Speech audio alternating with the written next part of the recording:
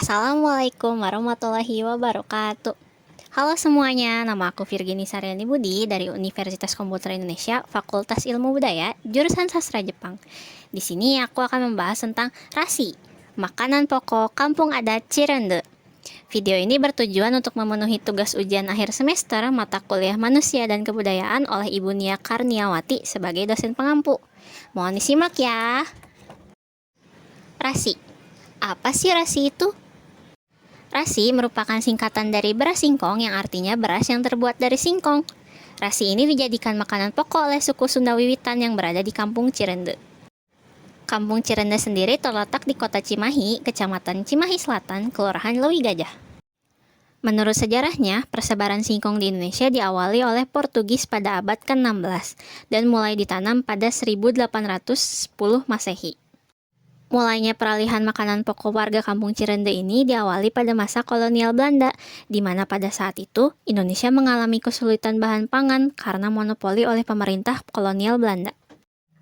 Karena kesulitan mendapatkan beras, pada 1918, Mama Haji Ali yang merupakan sesepuh Kampung Cirende memelopori peralihan makanan pokok dari beras ke makanan lain sebagai upaya perlawanan terhadap kolonial Belanda.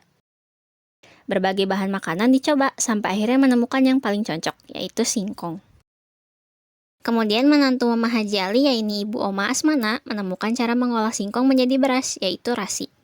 Proses peralihan dari beras ke rasi ini memakan waktu yang cukup lama, karena harus membiasakan warganya, terutama anak-anak.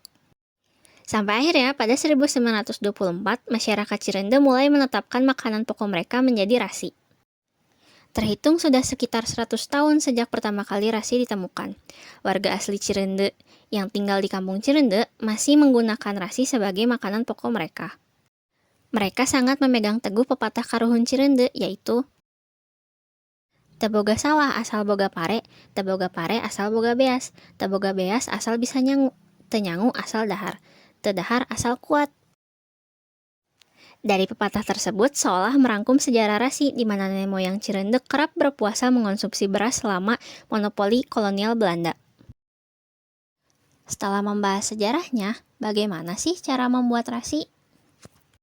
Menurut penjelasan Kang Jajat sebagai pemandu di Kampung Cirende, pembuatan rasi tidak begitu sulit loh, hanya saja prosesnya cukup panjang. Usia singkong yang dipanen harus berusia 1 tahun. Setelah dipanen, singkong akan dikupas dari kulitnya, lalu singkong dicuci hingga bersih. Singkong yang sudah dicuci kemudian diparut atau digiling menggunakan mesin. Kemudian hasil gilingan tersebut diperas menggunakan tanggok dan air untuk memisahkan singkong dari saripatinya. Setelah diperas, singkong akan dijemur selama 2 hari. Di hari ketiga, singkong ditumbuk menggunakan jublek. Namun bisa juga digiling dengan mesin dismill. Biasanya hasil tumbuk yang halus akan dijadikan tepung rasi, sedangkan sisanya adalah beras singkong. Tepung rasi ini bisa diolah menjadi berbagai macam makanan loh. Setiap hari Minggu, ibu-ibu warga Kampung Cirende akan mengolah rasi dan tepung rasi menjadi berbagai macam olahan, seperti combro, cireng, awuk, rasi goreng, dan makanan lainnya. Terakhir, ada review rasi goreng ala Kampung Cirende. Beda ininya.